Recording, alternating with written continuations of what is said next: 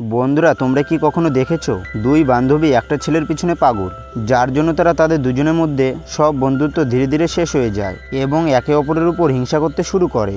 আর বন্ধুরা, শেষমেশ ছেলেটা মেয়ে দুটোর সাথে কি করেছিল, এরকমই একটা টুইস্টে ভরা মুভি আজকে আমি এক্সপ্লেন করতে যাচ্ছি। মুভিটার নাম লে ওভার।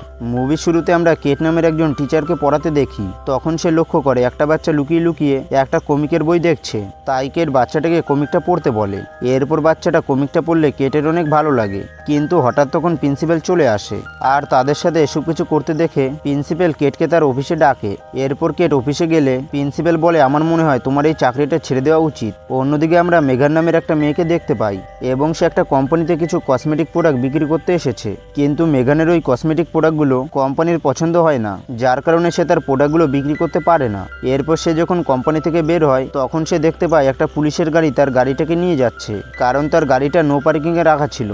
এরপর কেট স্কুল থেকে বাড়িতে আসলে আমরা তখন জানতে পারি কেট আর মেঘান বেস্ট ফ্রেন্ড এবং তারা দুজনে একসাথেই থাকে। এরপর মেঘান কেটকে বলে আজকে তার পুরো দিনটা নষ্ট হয়ে গেছে, কারণ সে তার কোনো প্রোডাক্ট বিক্রি করতে পারেনি। তাছাড়াও তার গাড়িটা পুলিশে নিয়ে চলে গেছে। তখন কেট বলে প্রিন্সিপাল তাকে বলেছে চাকরিটা ছেড়ে দিতে। পরের দিন সকালে মেঘান কেটকে ঘুম থেকে উঠায় আর বলে আজকে আমাদের এক জায়গায় যেতে হবে। কেট তখন বলে আমি তোমার সাথে এই ব্যাপারে পরে কথা বলবো। কিন্তু মেঘান বলে আমাদের ফ্লাইট আর মাত্র 3 ঘন্টা পর। আসলে কেট তার সাথে যেতে চাইছিল না, কিন্তু মেঘান অনেক আগে থেকেই কেটের জন্য টিকিট বুক করে রেখেছিল, যার কারণে কেটকে বাধ্য হয়ে মেঘানের সাথে যেতে হয়। এরপর তারা এয়ারপোর্টে আসে আর প্লেনের মধ্যে উঠে নিজেদের সিটে বসে পড়ে। কিন্তু কিছুক্ষণ পর রায়ন নামের একটা ছেলে এসে তাদের দুজনের সিটের মাঝখানে বসে পড়ে। রায়ন একজন ফায়ার ফাইটার ছিল, তাই তাদের দুজনেরই রায়নকে অনেক ভালো লাগে। তাই তারা দুজন মিলে রায়নকে ফ্ল্যাট করতে শুরু করে। কিন্তু কিছুক্ষণ পর প্লেনের ক্যাপ্টেন অ্যানাউন্স করে ফ্লোরিডাতে তুফান আসার কারণে তাদের প্লেনটা সেন্ট লুইয়ে ল্যান্ড করবে। তাই পরবর্তী প্লেন শিডিউল হবার আগে পর্যন্ত কেট আর মেঘান একটা হোটেলে থাকার জন্য চলে আসে। আর রিসেপশনে গিয়ে মেঘান বুঝতে পারে তার ব্যাগটা ভুল করে এয়ারপোর্টে রেখে এসেছে, যার জন্য তার অনেক খারাপ লাগে।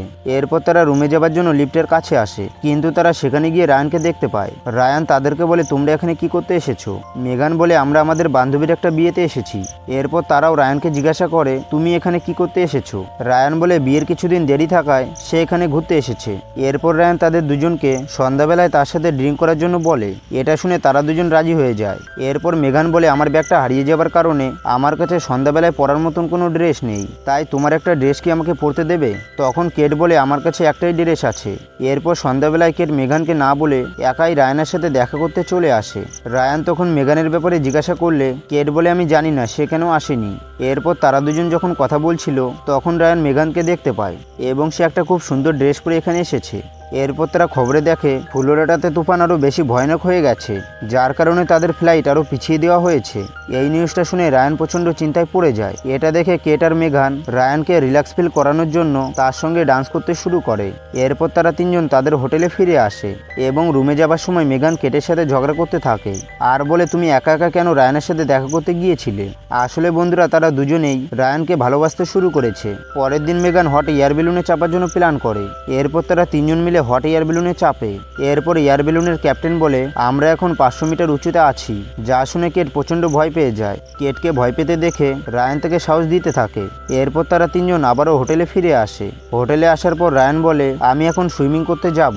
এই জন্য কেট আর মেঘান অনেক ছোট ছোট পোশাক পরে রায়ানের সামনে আসে এবং তারা দুজন একসাথে জলের মধ্যে ঝাঁপ দেয়। কিন্তু জলে ঝাঁপ দেবার কারণে মেঘানের চোখে আঘাত লাগে। পরের দিন কেট আর মেঘান রেস্টুরেন্টের ক্যাফেতে বসেছিল।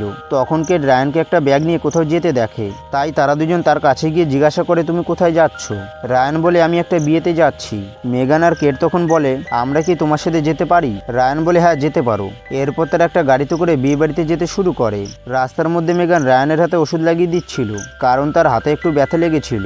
এটা দেখার পর কেটের মেঘানের উপর হিংসা হয়। এই জন্য সে মেঘানের ছোটবেলার ছবি দেখিয়ে তার মজা উড়াতে থাকে। কিছুক্ষণ পর তারা গাড়িতে পেট্রোল ভরার জন্য একটা পাম্পে দাঁড়ায়। তখন কেট ওয়াশরুমে যায় আর মেঘান বাইরে থেকে ওয়াশরুমের দরজাটা বন্ধ করে দেয়।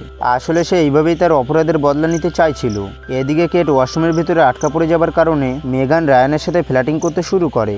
এরপর কেট কোনো মতে ওয়াশরুমের জানলা দিয়ে বাইরে বেরিয়ে আসে। তখন রায়ান কেটকে বলে তোমার জামা কাপড় এভাবে নোংরা হলো কিভাবে? এটা শুনে কেট বলে ওয়াশরুমের দরজাটা কেউ বাইরে থেকে বন্ধ করে দিয়েছিল। এরপর কেট জলের পাইপ দিয়ে নিজেকে পরিষ্কার করে নেয়। তারপর তারা আবারও বিয়ে বাড়িতে যাবার জন্য বেরিয়ে পড়ে। রাস্তার মধ্যে কেট রায়ানকে তার কাছে আনার জন্য বলে আমার কাঁধে অনেক ব্যথা লেগেছে। এই জন্য রায়ান তার কাঁধে ম্যাসাজ করে দেয়, যা দেখে মেগান প্রচণ্ড রেগে যায়। তাই সে মদের মধ্যে ঘুমের ওষুধ মিশিয়ে কেটকে খেতে দেয়, কিন্তু কেট সেটা খেতে বারণ করে দেয়। এরপর গাড়ির ড্রাইভার মেগানের হাত থেকে বোতলটা নিয়ে মদটা খেয়ে নেয়। এরপর কিছুক্ষণ পর তারা সবাই ঘুমিয়ে পড়ে, আর ঘুমের ওষুধ খাবার কারণে ড্রাইভারও ঘুমিয়ে পড়ে, যার কারণে কিছু দূর গিয়ে তাদের গাড়িটা অ্যাক্সিডেন্ট হয়ে যায়। গাড়িটা অ্যাক্সিডেন্ট হবার কারণে তারা রাত কাটানোর জন্য একটা হোটেল বুক করে। এরপর রাতের বেলায় কেট যখন কোল্ড ড্রিঙ্কস নিতে আসে তখন সে রায়ানকে দেখতে পায়। রায়ান বলে, আমি মেগানের সাথে সবসময় থাকার কারণে তোমার সাথে আমি ঠিকভাবে কথা বলতে পারছিলাম না। এই বলে রায়ান কেটকে কিস করে এবং তারা রুমের ভিতরে গিয়ে অন্তরঙ্গ হয়। অন্যদিকে মেগান একটা বারে বসে ড্রিঙ্ক করছিল, তখন ড্রাইভার ক্রেগ তার কাছে এসে বসে এবং তারা দুজন অনেকক্ষণ কথা বলে। পরের দিন সকালবেলায় ব্রেকফাস্ট করার সময় মেগান কেটকে বলে, একটা ছেলের জন্য আমাদের বন্ধুত্ব নষ্ট করা ঠিক হবে না। তাই মেগান বলে সে কাল রাতে রায়ানের সাথে অন্তরঙ্গ হয়েছিল। এটা শুনে কেট রেগে গিয়ে বলে, কাল রাতে রায়ান আমার সাথে অন্তরঙ্গ হয়েছিল।